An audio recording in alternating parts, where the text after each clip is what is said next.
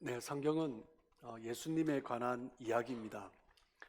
구약은 오실 예수님에 관한 이야기이고 신약은 오신 예수님 그리고 다시 오실 예수님에 관한 이야기로 그렇게 가득 차 있습니다. 성경의 예수님의 이야기를 세 종류로 나누어 볼 수 있어요. 첫 번째는 어떤 이야기냐면 하나님께서 소개하시는 예수님입니다. 하나님께서 왜 예수님을 보내셨고 예수님을 통해서 어떤 일을 하실지 그것을 말씀해 주시죠. 그리고 두 번째는 예수님을 만난 사람들이 그리고 하나님의 말씀을 받은 사람들이 이야기하는 예수님입니다. 구약의 특별히 예언자들이 하나님의 말씀을 듣고 예수님이 어떤 분인지 메시아가 어떤 분인지 선포하죠.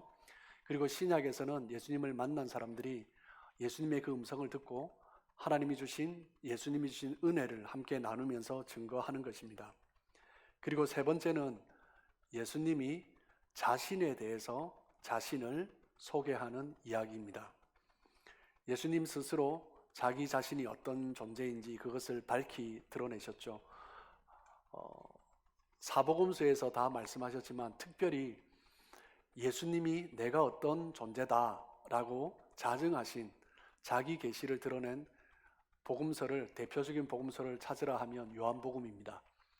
요한복음은 특별히 7가지 계시를 통하여서 예수님께서 어떤 일을 이루시고 예수님이 누구인지 증거하시죠. 그리고 요한복음 1장에서 보면은 예수님은 나는 무엇이다 라고 선포를 계속하십니다. 요한복음의 특징이라고 할 수 있습니다. 예수님이 말씀하시는 분이 누군지, 예수님이 드러내는 분이 누군지 요한복음을 통해서 우리가 알 수가 있는데, 특별히 오늘 읽은 본문에서는 예수님은 자기 자신을 목자다라고 그렇게 소개하고 있습니다. 유대 팔레스틴 지방에서는 목자가 양을 이끌고 가는 것이 굉장히 흔한 모습입니다. 그렇기 때문에 사람들에게 목자와 양의 관계에 대해서 비유를 해서 이야기를 하면 사람들은 쉽게 알아들을 수 있습니다. 그런데 우리는 목자와 양의 관계에 대해서 이야기를 하면 우리는 잘 이해를 하지 못합니다. 그렇기 때문에 요한복음 10장의 말씀은 우리가 잘 아는 말씀임에도 불구하고 잘 모르는 그런 메시지다라고 할 수 있을 것입니다. 오늘 본문을 통하여서 예수님이 어떤 분인지 3가지를 함께 우리가 보고 함께 또한 은혜 나누길 원합니다. 첫 번째, 본문을 이해하기 위해서 또 먼저 3가지를 보아야 되는데, 첫 번째, 양은 주인의 목소리를 너무 잘 알아듣는다라는 거죠. 기가 막히게 알아듣습니다. 그렇기 때문에 여러분 영화나 어떤 영상이나 그림을 보셨지만 양에게 목줄을 끈을 메고 양을 끌고 가는 모습은 한 번도 보지 못했을 것입니다. 무엇 때문입니까? 양은 목자의 음성을 따라가기 때문입니다. 목자가 앞서서 걸어가면서 소리를 내면 양은 그 소리를 따라서 계속 오는 거죠. 양은 목자의 음성을 알기 때문에 따라갈 수 있습니다. 그리고 두 번째, 목자에게는 특별한 책임이 있다라는 것입니다. 당시 목자들 대부분은 가난한 사람들이었습니다. 다른 사람들의 양들을 함께 돌봐주었던 사람들이죠. 그런데 이 사람들에게는 책임이 있습니다. 간혹 도둑이 온다든지 맹수가 와서 양을 잡아갈 때 그것에 대해서 분명히 증거할 책임이 있습니다. 그 책임을 다하지 못한다면, 왜 잃어버렸는지 그것을 증거하지 못한다면 목자가 그 양에 대해서 4배를 변상을 해야 되는 그런 책임을 가지고 있었습니다. 그리고 세 번째, 목자라고 다 같은 목자가 아닙니다. 책임이 있는 목자와 책임이 없는 목자가 있습니다. 책임이 없는 목자, 요즘 말로 하면 아르바이트생이다 라고 할 수 있을 것입니다. 성경에서는 사꾼이다 이렇게 표현을 하고 있죠. 책임 있는 목자와 책임 없는 목자를 알아볼 수 있는 방법이 있습니다. 무엇이냐면 우통을 벗겨보는 것입니다. 위에 옷을 벗겨서 보면 책임 있는 목자는 온몸에 상처가 가득합니다.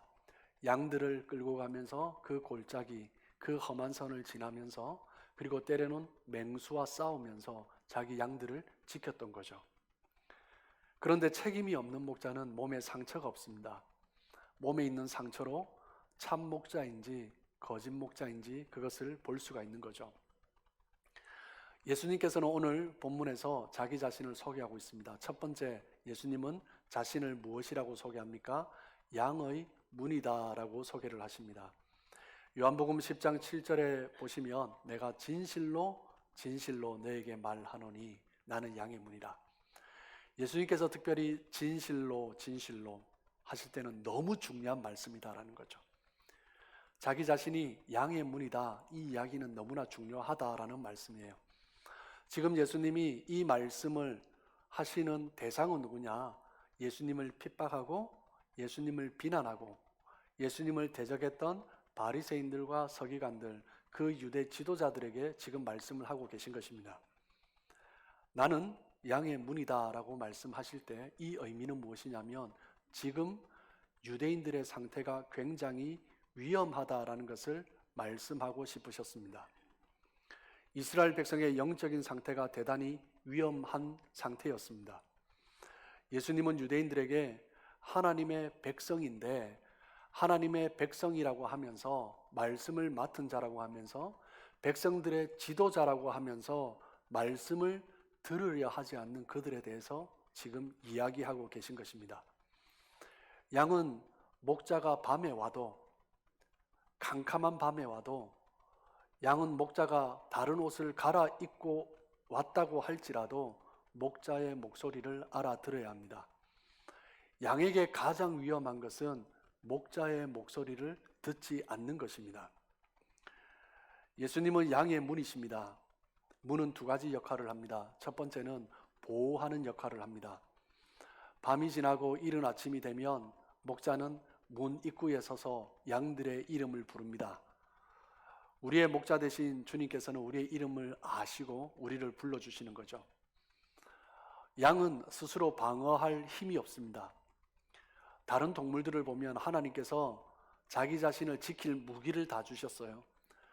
날카로운 이빨이라든지 그리고 발톱이라든지 뿔이라든지 아니면 힘이라든지 그런 것을 다 주셨습니다. 토끼와 같은 경우에는 공격력 무기가 없으면 빠른 발이라도 줘서 토끼나 사슴은 무서운 맹수가 나타나면 빨리 도망가죠. 그런데 양은 공격력 무기도 없고 방어용 무기도 없는 너무나 연약한 존재인 것입니다. 스스로 방어할 능력이 없습니다. 그런데 또 안타까운 것은 양들은 맹수가 달려들면 무서워서 함께 그냥 모여 있습니다. 그러니까 맹수는 잡아먹기가 너무 좋은 거죠. 양은 반드시 목자의 보호를 받아야 합니다. 양이 그 문을 벗어나면, 그 문 밖을 나가면 양은 금세 맹수들의 먹이가 되는 것입니다. 그리고 두 번째, 문은 제한의 역할을 합니다. 문으로 들어가지 않는 것은 도둑입니다. 하나님은 말씀으로 이스라엘 백성들을 제한하십니다. 이스라엘 백성들은 하나님의 말씀을 알아들어야 합니다. 이것이 하나님의 말씀인지 아닌지, 이것이 사람의 말인지 아닌지 그것을 구분할 수 있어야 합니다. 백성들이 하나님의 말씀을 구분하지 못하는 것은 정말 위험한 상태인 것입니다. 예수님이 지금 위험하다라고 말씀하시는 것은 예수님의 이 음성이 하나님의 말씀인지 사람의 말인지 그것도 구분하지 못하고 있는 그 백성들을 향하여서 너희가 지금 영적으로 너무나 위험한 상태이다라고 말씀을 하시는 것입니다. 예수님은 문이 되셔서 그 양들을 보호하십니다. 그리고 예수님은 문이 되셔서 그 양들을 통제하시는 것입니다. 그런데 유대인의 문제는 무엇입니까? 통제를 받지 않으려 하는 것입니다. 하나님이 주신 그 제한을 벗어나는 거죠. 그것은 도둑에게 날 잡아가라라는 것과 마찬가지인 것입니다. 무엇이 진리이고 무엇이 진리가 아닌지 깨닫지 못하고 구분하지 못하고 그렇게 살아가는 거죠. 하나님의 말씀에도 반응이 없습니다. 예수님의 그 말씀에도 반응이 없습니다. 하나님이 부르면 부를수록 그 백성들은 더 멀어져 가는 것입니다. 하나님의 말씀을 구분하지 못하는 그 백성들에게 너희는 지금 너무나 위험한 상태에 있다라는 것을 말씀하시는 것입니다. 예수님은 그 당시 많은 도둑을 보았습니다. 하나님의 백성들을 빼앗아가는 그 영혼을 도둑질하는 많은 거짓 선지자들을 보았습니다. 많은 유대인들이 그들을 따랐습니다. 그들을 좋아했습니다. 여러분, 우리의 영혼을 책임질 존재는 예수님 외에는 아무도 없습니다. 예수님 한 분만이 우리의 영혼을 책임지시는 분이십니다. 내가 하나님의 선택을 받았다면, 내가 하나님의 백성이라면, 내가 불신자가 아니라면 적어도 이것이 하나님의 말씀인지 아닌지는 구분할 수 있어야 됩니다. 예수님이 어떤 옷을 입고 왔다 할지라도 그것이 예수님의 음성인지 아닌지는 구분할 수 있어야 됩니다. 그것을 못하면 너무나 영적으로 위험한 상태인 것입니다. 그렇기 때문에 예수님은 자기 자신을 양의 문이다라고 말씀하는 거죠.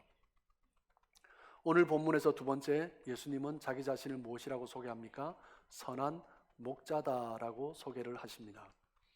요한복음 10장 10절입니다. 나는 선한 목자라. 선한 목자는 양들을 위하여 목숨을 버리거니와.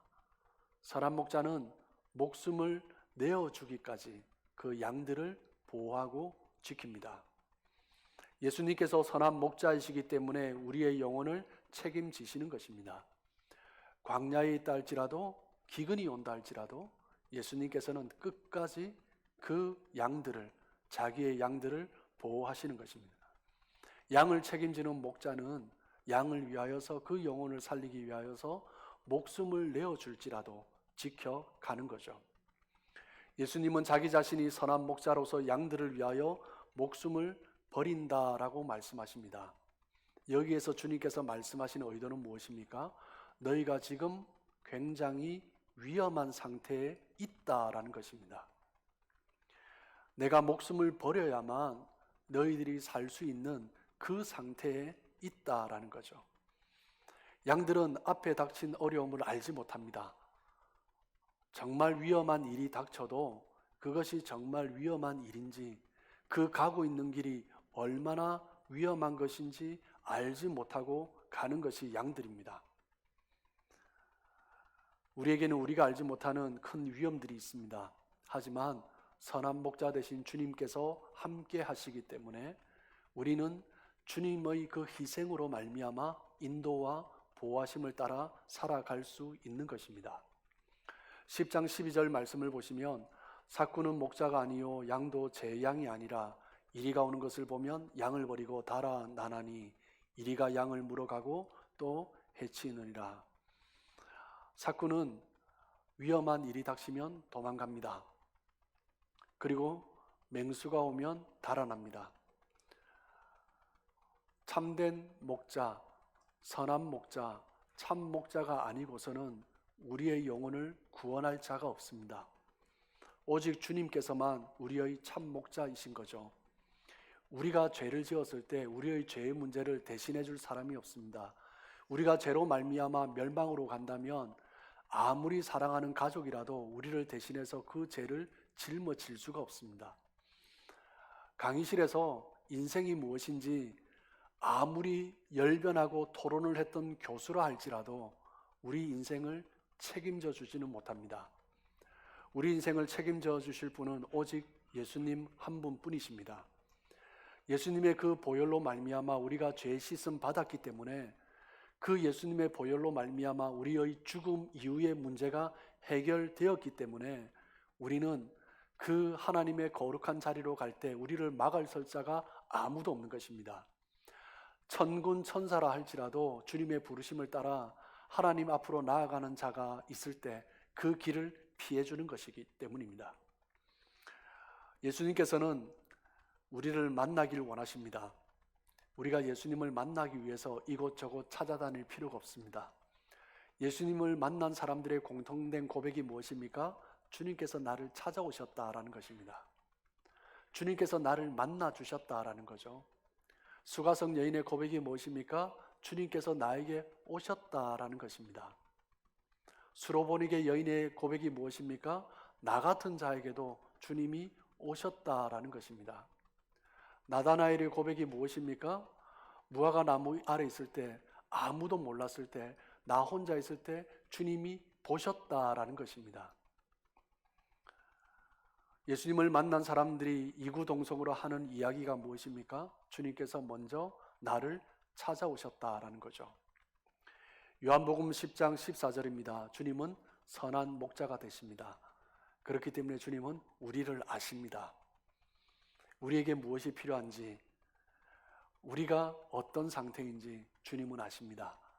그렇기 때문에 주님은 우리의 이름을 불러주시는 거죠. 그리고 우리는 주님의 양이기 때문에 그 주님의 음성을 듣고 따라가는 것입니다. 양은 목자의 음성을 듣고 따라가는 거죠. 여러분은 이 시대 우리 그리스도인들의 연약함이 무엇입니까? 이 시대의 교회의 연약함이 무엇입니까? 이 시대 그리스도인들의 교회의 문제가 무엇입니까? 믿는다라고 하지만 하나님의 말씀으로부터 그 삶이 너무나 멀어져 있다라는 것입니다. 목자의 음성을 듣지 않는 것입니다. 우리의 삶 가운데, 교회 가운데 세상이 들어와 있는 거죠. 우리의 사고방식 속에, 교회의 운영 방식 속에 세상이 들어와 있는 것입니다.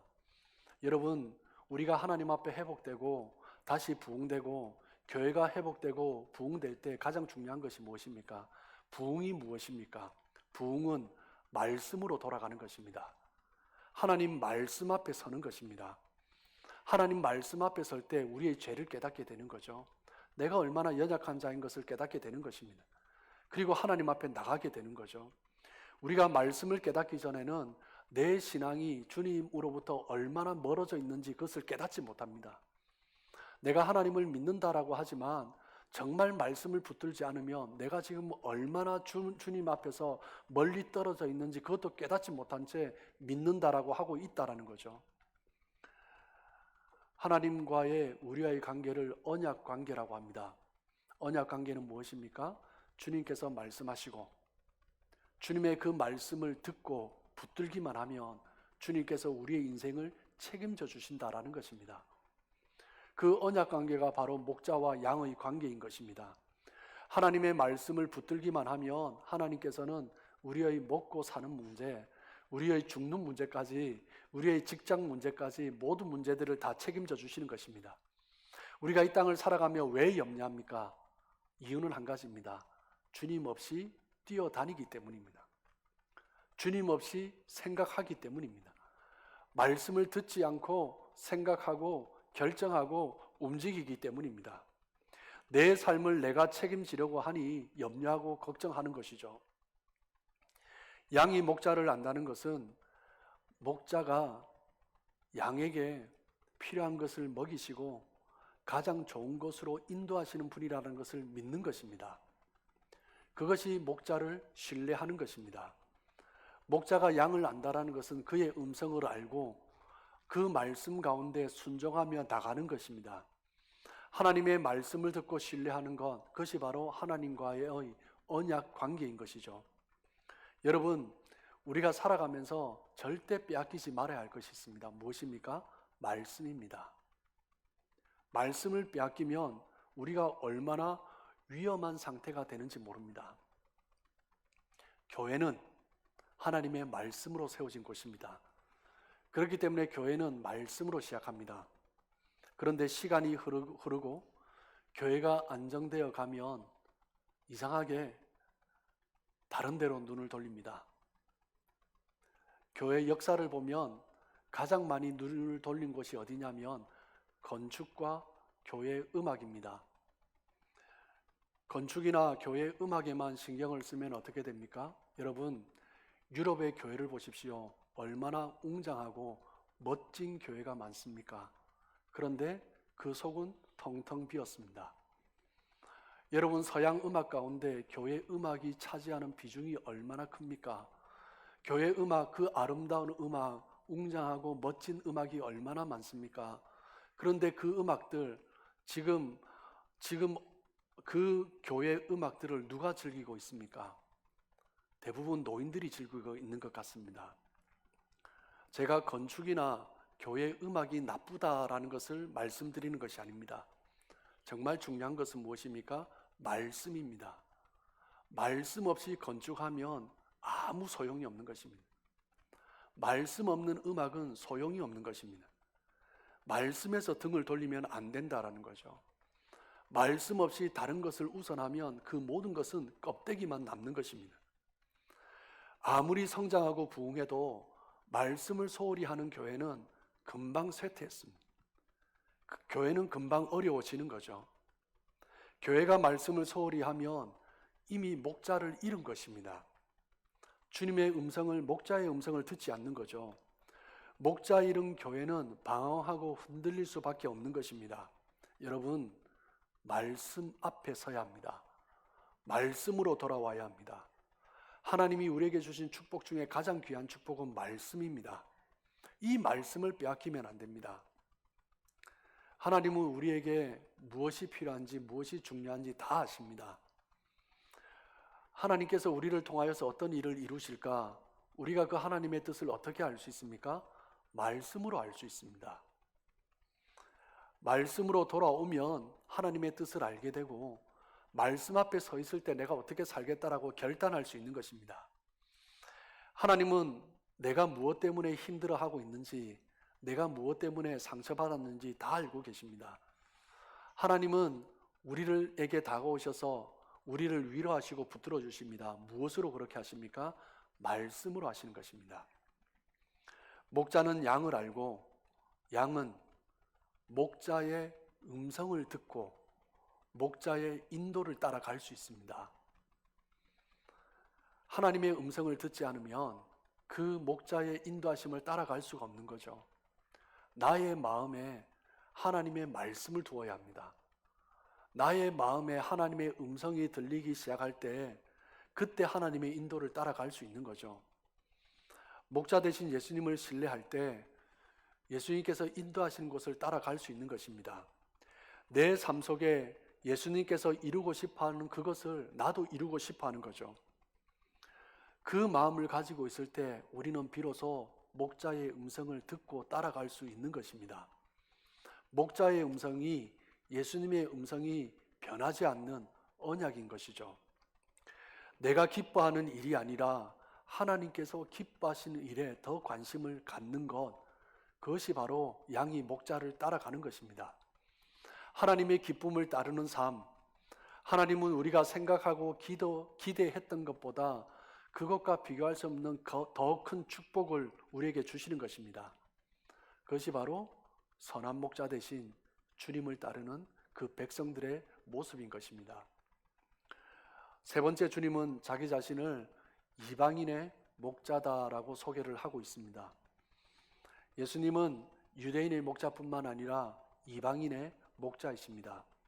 요한복음 10장 16절 말씀을 보시면 또 이 우리에 들지 아니한 다른 양들이 내게 있어 내가 인도하여야 할 터이니 그들도 내 음성을 듣고 한 무리가 되어 한 목자에게 있으리라. 그 유대인 울타리, 하나님께서 선택하신 백성의 울타리 속에 들지 아니하는 다른 양들이 있다라는 거죠. 예수님께서는 그들을 인도하기 위해서 오셨습니다. 예수님께서는 그들을 찾아가셔서 그들을 불러주시는 것입니다. 예수님께서 말씀하신 이 우리에 들지 아니하는 다른 양들, 이 양들에게 기대하시는 것이 무엇입니까? 주님의 음성을 듣고 따르는 것입니다. 그러면 주님께서 우리를 보호해 주시는 그 울타리 안으로 이끌어 주시는 거죠. 하나님께서 유대인들에게 기대하신 것이 무엇입니까? 우리에게 목자로 오신 예수님께서 그 이스라엘 백성들에게 기대하신 것이 무엇입니까? 예수님이 말씀하실 때 그 말씀을 듣고 따라오기를 원하신 것입니다. 양들이기 때문에 그 말씀에 반응하면서 그 백성들을 부를 때 따라오기를 원하셨습니다. 성도들이 주님의 음성을 듣고 따라오기를 원하셨는데 성도들은 점점점 멀어져 가는 거죠. 주님의 음성을 듣고 주님이 가자 하시면 가고 주님께서 여기 머물자 하시면 머무는 것이 양들입니다. 내가 크리스찬이라면 그 음성을 따라야죠. 이 세상을 살아가면 우리 밖에 있는 사람이 너무나 많습니다. 한 번도 예수님의 말씀을 들어보지 못한 사람들, 하나님의 말씀을 들어보지 못한 이방인들이 너무나 많습니다. 그들은 예수님의 말씀을 듣지 못했기 때문에, 하나님의 말씀을 들어보지 않았기 때문에 그 음성을 들어도 그것이 하나님의 말씀인지 예수님의 말씀인지 잘 모릅니다. 그런데 예수님은 그들을 우리 안으로 인도하기를 원하십니다. 그렇다면 그들을 어떻게 인도할 수 있습니까? 우리를 통해서 이끄시기를 원하시는 것입니다. 그 언약 안으로, 울타리 안으로 초청하실 때 우리를 통해서 그 일을 하시기를 원하시는 거죠. 여러분, 그렇다면 우리 안에 있던 유대인들은 왜 예수님의 말씀을 거부했습니까? 그들은 수천 년 동안 대를 이어서 그 하나님의 말씀을 듣고 배워왔던 사람들입니다. 그렇다면 예수님의 그 말씀이 하나님의 말씀인지 아닌지 금방 알아챌 수 있죠. 그런데 왜 유대인들이 그 말씀이 하나님의 말씀인지 몰랐습니까? 왜 하나님의 말씀인지 모르고 거부했습니까? 그것은 그들이 하나님의 말씀을 몰라서가 아니라 자기 욕심 때문인 것입니다. 자기가 쥐고 있는 것을 놓아야 하기 때문입니다. 내가 원하는 것을 놓아야 하기 때문이죠. 그래서 하나님께서도 말씀하셔도 그 말씀을 하나님의 말씀으로 듣지 않는 것입니다. 내가 원하는 거 붙들고 있으면서 내가 하나님의 전통을 지키고 있다라고 말을 하는 거죠. 그러나 하나님의 말씀을 들어본 적도 없고 기독교의 진리에 대해서 들어본 적도 없는 사람들은 하나님의 말씀을 들어도 그것이 하나님의 말씀인지 잘 모르는 거죠. 그들이 하나님의 말씀을 들어도, 그들이 예수님의 말씀을 들어도 예수님은 한 유대인인 것입니다. 그냥 유대인의 말씀에 불과한 거죠. 예수님에 대한 새로운 소식을 들을 때 하나님이 보내신 사람이다라고 받기보다는 위선적인 한 유대 랍비가 가르치고 있다라고 먼저 생각했을 것입니다. 모순적인 삶을 살고 있는 유대인이 또 가르치고 있다라고 생각했을 것입니다. 이방인들에게는 예수님이 다가왔을 때 먼저 위선적인 유대인, 모순적인 유대인이 먼저 다가오는 거죠. 오늘날도 이런 상태에 있습니다. 하나님의 백성들이 하나님의 말씀의 진리를 따르지 않고 자기 욕심, 자기 이익, 자기가 붙들고 있는 것, 그것을 놓지 않고 위선적인 삶을 살아갑니다. 하나님의 교회를 위한다라고 말을 하면서도 하나님의 말씀에 순종하지 않고 자기 욕심과 이익을 위해서 선택을 합니다. 이방인들은, 하나님을 믿지 않는 사람들은 교회 다니는 사람들의 위선적인 모습을 보면서 하나님도 위선적인 존재다, 예수님도 위선적인 존재다라고 말을 하고 있습니다. 어떻게 해야 됩니까? 하나님의 백성들이 먼저 말씀에 반응해야 됩니다. 하나님의 백성들이 진리가 무엇인지, 하나님의 음성이 무엇인지 거기에 먼저 반응해야 됩니다. 믿지 않는 사람들은 말씀의 진리가 무엇인지 모릅니다. 들어도 모릅니다. 그래서 그들은 하나님의 말씀이 선포될 때 말씀에 관심이 있기보다, 이 말씀이 무엇을 의미하는가에 관심을 두기보다 하나님의 말씀이 선포될 때 교회는 왜 이렇게 비합리적인가? 교회를 다니는 사람들은 왜 이렇게 이기적인가? 그것을 먼저 생각합니다. 그들은 하나님을 모르기 때문입니다. 그들이 어떻게 하나님 안으로 들어올 수 있습니까? 그들이 어떻게 예수님의 그 울타리 안으로, 우리 안으로 들어올 수 있습니까? 우리를 통해서 그 주님의 울타리 안으로 이끌어 오시는 것입니다. 양들이 그 목자의 음성을 듣지 않는데 어떻게 밖에 있는 양들이 들어올 수 있겠습니까? 세상 사람들은 하나님의 말씀을 들어도 잘 모릅니다. 세상 사람들이 어떻게 교회에 나올 수 있습니까? 변화된 모습을 통해서 나올 수 있는 거죠. 그렇게 교회에 나오게 되고 그렇게 하나님을 믿게 되는 것입니다. 여러분, 우리는 목자 없이 방황하는 삶을 살아봤습니다. 그리고 지팡이와 막대기로 우리를 인도하시는 하나님을 경험해 보았습니다. 그리고 지팡이와 막대기로 우리를 야단치시고 책망하시는 목자 되신 하나님도 경험해 보았습니다. 그 하나님의 보호 아래, 그 하나님의 인도함 아래, 하나님의 그 책망 아래 거하는 삶들을 경험해 보았습니다. 우리는 목자 되신 주님을 만남으로 말미암아 새로운 삶들을 경험해 본 사람들입니다. 욕심대로도 살아봤고 방황도 해보았습니다. 그런데 인생은 인간의 욕심대로 살아봤을 때 아무것도 남지 않는다는 것을 우리는 깨달으며 살아오고 있습니다. 여러분, 이 세상은 마치 놀이터의 그네와 같습니다. 제가 어릴 때 그런 나쁜 놈들이 있었습니다. 그네를 타다가 힘 약한 아이가 타려고 하면 못하게 하는 거죠. 그리고 그네 타다가 집에 갈 때 그네를 그 위에다가 감아놓고 가는 놈들이 있었습니다. 정말 나쁜 놈들이죠. 키 작고 힘이 약한 아이는 탈래도 탈 수가 없습니다. 다음에 또 자기가 와서 풀어서 타는 거죠. 그런데 조금 더 크고 힘센 아이가 오면 이제 그 그네의 주인이 바뀌는 것입니다. 이 세상에 있는 것을 자기 혼자 즐기고 살아가는 사람은 그네를 감아놓는 그놈과 같습니다. 이 세상의 것은 죽으면 다 사라지는 것들입니다. 자기가 가지고 있는 학식, 돈, 집, 자식까지도 다 자기 것이 아닙니다. 이 세상 어느 무엇도 우리 것이 없습니다. 하나님께서 쓰라고 주신 거죠. 함께 나누라고 주신 거죠. 자기 것으로 생각하고 자기만 챙기는 사람은 그네를 감아놓는 아이입니다. 우리가 가질 수 있는 것은, 우리가 이 세상을 살아가면서 정말 우리가 붙들어야 할 것은 하나님의 말씀입니다. 그 말씀을 붙들고 살아가야 합니다.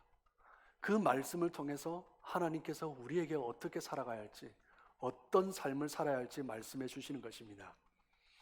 우리는 예수님의 막대기와 지팡이 아래 거함으로 새로운 삶을 경험했습니다.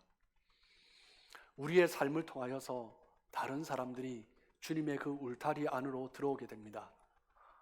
비록 우리 가운데 여전히 이기적인 모습이 있지만, 비록 우리 안에 모순된 모습이 여전히 있지만, 그래도 우리가 또 변화되고 또 변화되면 우리 밖에 있는 사람들이 한번 따라가보자 해서 따라오게 되는 것입니다.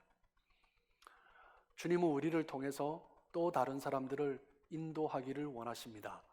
하나님의 그 언약의 관계 안으로, 주님께서 세우신 그 울타리 안으로 우리를 인도하시는 것입니다.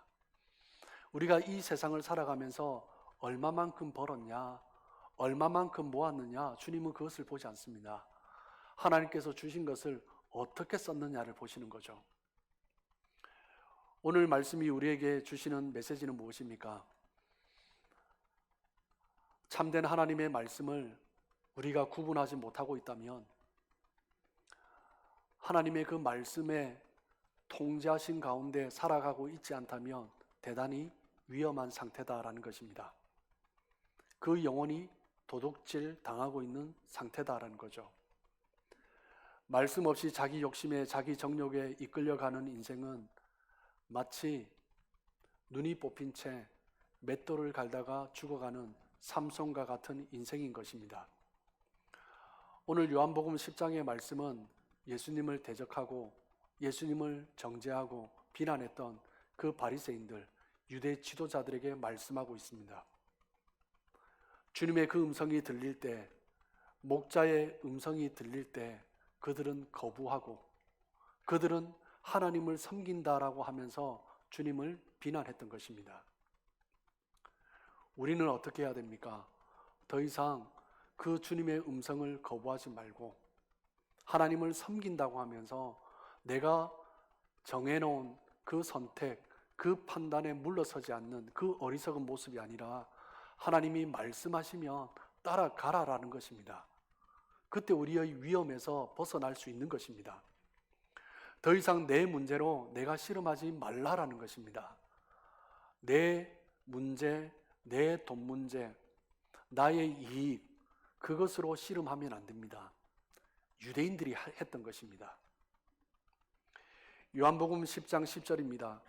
도둑이 오는 것은 도둑질하고 죽이고 멸망시키려는 것뿐이요 내가 온 것은 양으로 생명을 얻게 하고 더 풍성히 얻게 하려는 것이라. 여러분, 가장 위험한 것은 무엇입니까? 도둑에게 우리의 영혼이 도둑질 당하는 것입니다. 가장 위험한 것은 이 세상에 있는 것이 아닙니다. 죽음 위에 있는 것입니다. 죽음이 해결되지 않은 인생이 가장 불행한 인생입니다. 예수님은 우리의 목자 되십니다. 우리가 이 세상을 살아가면서 어떤 삶을 살아야 됩니까? 주님의 그 음성을 듣고 따라가는 삶이어야 합니다. 그럴 때 이 하나밖에 없는 인생 낭비하지 않고 주님께서 우리를 위해서 예비하신 영원한 생명, 영원한 풍성한 삶을 누리며 살아갈 수 있는 것입니다. 주님의 그 음성 아래 있지 않고 주님의 그 인도하심과 보하심을 따라 살아가지 않는 인생은 자기 생각대로 자기 이익이 먼저인 세상의 성공 방식을 따라 살아가는, 이 세상의 것을 먹으며 살아가는 그 인생은 마치 돼지 지엽 열매를 함께 먹으며 살아가고 있는 그 인생과 같은 인생인 것입니다. 여러분, 주님께서 우리에게 말씀하십니다. 나는 양의 문이다 라고 말씀하십니다. 그것은 우리를 보호하시겠다라는 말씀입니다. 그리고 주님의 통제 아래 있어야 된다라는 말씀입니다. 주님께서는 우리를 선한 목자라고 말씀하십니다. 선한 목자이기 때문에 주님은 양들을 위해서 목숨을 버리십니다. 그래서 우리가 할 것은 주님의 그 음성을 듣고 따라가는 것입니다. 그리고 이 세상 밖에는 주님의 그 음성을 알지 못하는 많은 어리석은 양들이 있습니다. 그들이 어떻게 하나님의 말씀을 알아들을 수 있습니까? 아니요, 결코 알아듣지 못합니다. 어떻게 그러면 주님의 그 부르심 가운데 나올 수 있습니까? 먼저 주님의 양으로 선택받은 우리가 그 주님의 음성을 따라갈 때 주님이 주시는 그 풍성한 삶을 살아가는 모습을 보면서 나도 가볼까 하고 오는 것입니다. 그 주님을 따라갈 때, 그 주님의 은혜 가운데 갈 때 하나님께서 우리를 통해서 하나님의 일들을 이루어 가시는 거죠. 우리의 목자 되신 그 주님의 인도함을 따라 믿음으로 살아가심으로 풍성한 영원한 생명을 누리시는 여러분의 삶 되시길 주님의 이름으로 축복합니다.